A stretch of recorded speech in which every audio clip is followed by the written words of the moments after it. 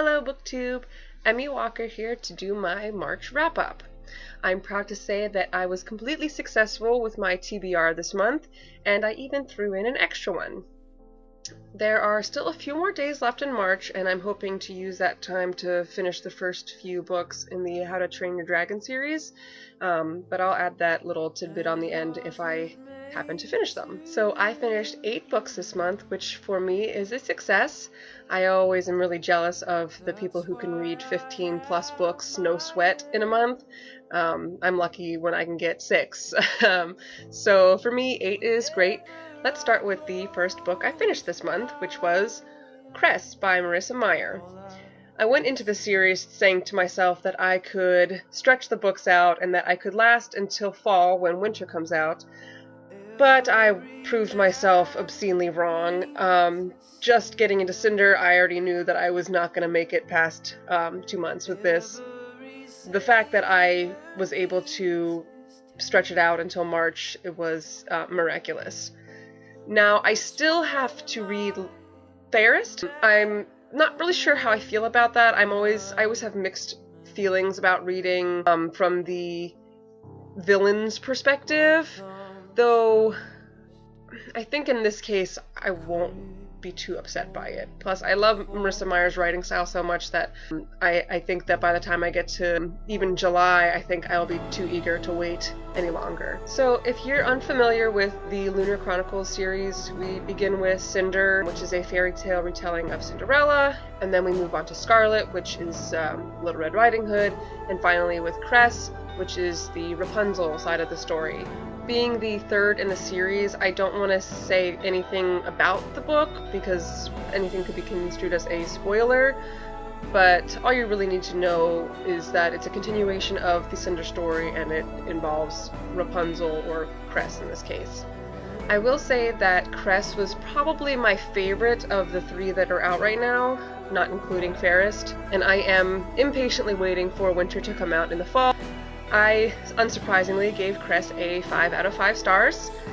There really is no other explanation other than the fact that I love these books so much, and I read them well into the night and couldn't put them down. I mean, every chapter end made me want to read the next one at that very moment. The next one I read was The Burning Sky by Sherry Thomas, and I briefly went over this one in my March TBR, but just to recap, The Burning Sky is a story with a world not unlike Harry Potter, where witches, or in this case mages, exist, but remain secrets from the general populace. It is believed that our main character, Iolanthe, is to become the next great elemental mage, and because of this she draws a lot of attention, both positive and negative. The Burning Sky is about Iolanthe staying hidden from those who would exploit her abilities. I gave The Burning Sky a 3 stars, mainly because I was a little bored with Iolanthe. For a great deal of the story, it wasn't until, I'd say, probably more than halfway through that I found some type of respect for her. I found her whiny and annoying, and I kind of just wanted to punch her in the face.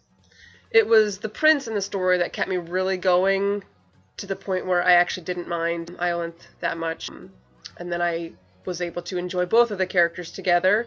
That being said, I did enjoy the story very much.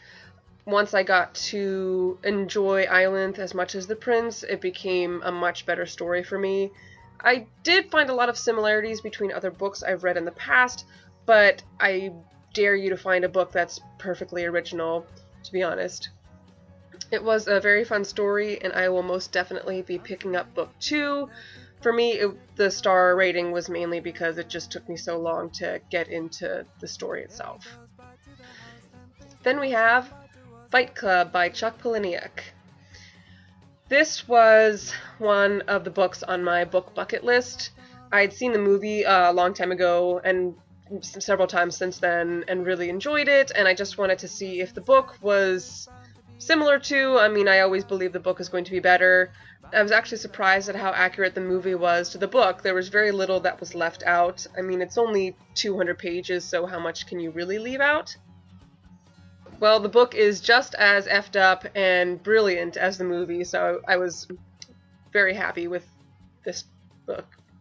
For those of you who haven't seen the movie, please get out from under your rock. It's about a man with a humdrum life who meets another man who shakes up his core, teaching him how to truly live. But soon this man takes his more open approach to life a bit too far. I gave this one a 4 out of 5 stars. Next up, Serafina by Rachel Hartman. I've done a full review of this one, so I'll post that in the link down below. This one also received 4 stars from me. The last of the physical books I read for the month of March was the Last Apprentice series, Book 2, The Curse of the Bane, by Joseph Delaney. I also did a full review for this one on one of my other videos, so I'll link that as well down below. And it was another 4-star review. Of the Kindle books I read, the first 2 are with my indie book club group.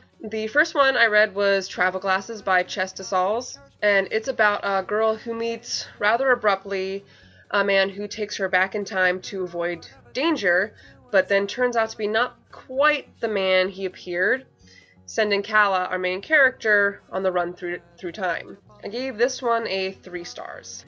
Next, from my Kindle and book 2 from the Indie Book Club Goodreads group, was The Crown of Stones Magic Scars, which is book 2 in the Crown of Stones trilogy. I've also done a full review on this on one of my other videos, so I'll link that as well down below. This one I also gave a 4 stars, and it is an excellent book. I would recommend it to anybody who likes high fantasy, who likes magic. Finally, for the Kindle, I read The Rest Falls Away by Colleen Gleason. This was March's pick for Read with Ben over at Benjamin of Tome. This was another 3-star review. After checking my Goodreads account to make sure that I didn't forget any books, it turns out that I did in fact forget to mention a book, and that was Peter Pan. I've been reading this book to my son at bedtime, getting in maybe 1 to 3 pages when we do read it, subtracting nights that he spends at his grandmother's or nights that he ends up going to bed early and so he doesn't get to read. It's taken us a little over 3 months to finish completely. I forgot to grab this one out of my son's room, considering I forgot that I finished it at all, so I'll just link the cover right here.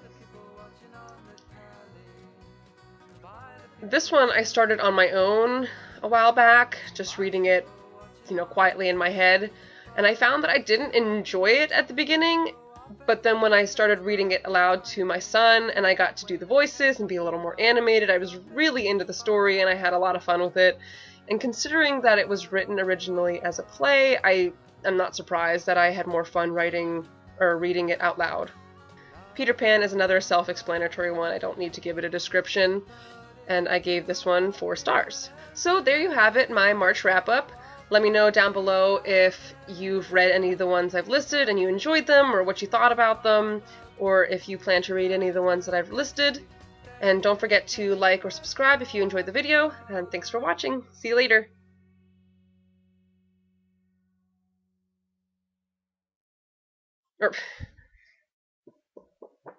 For the month of March was the Last Apprentice series, The Curse of the Bane, by Joseph... I will get words out eventually. The Crown of Stones by...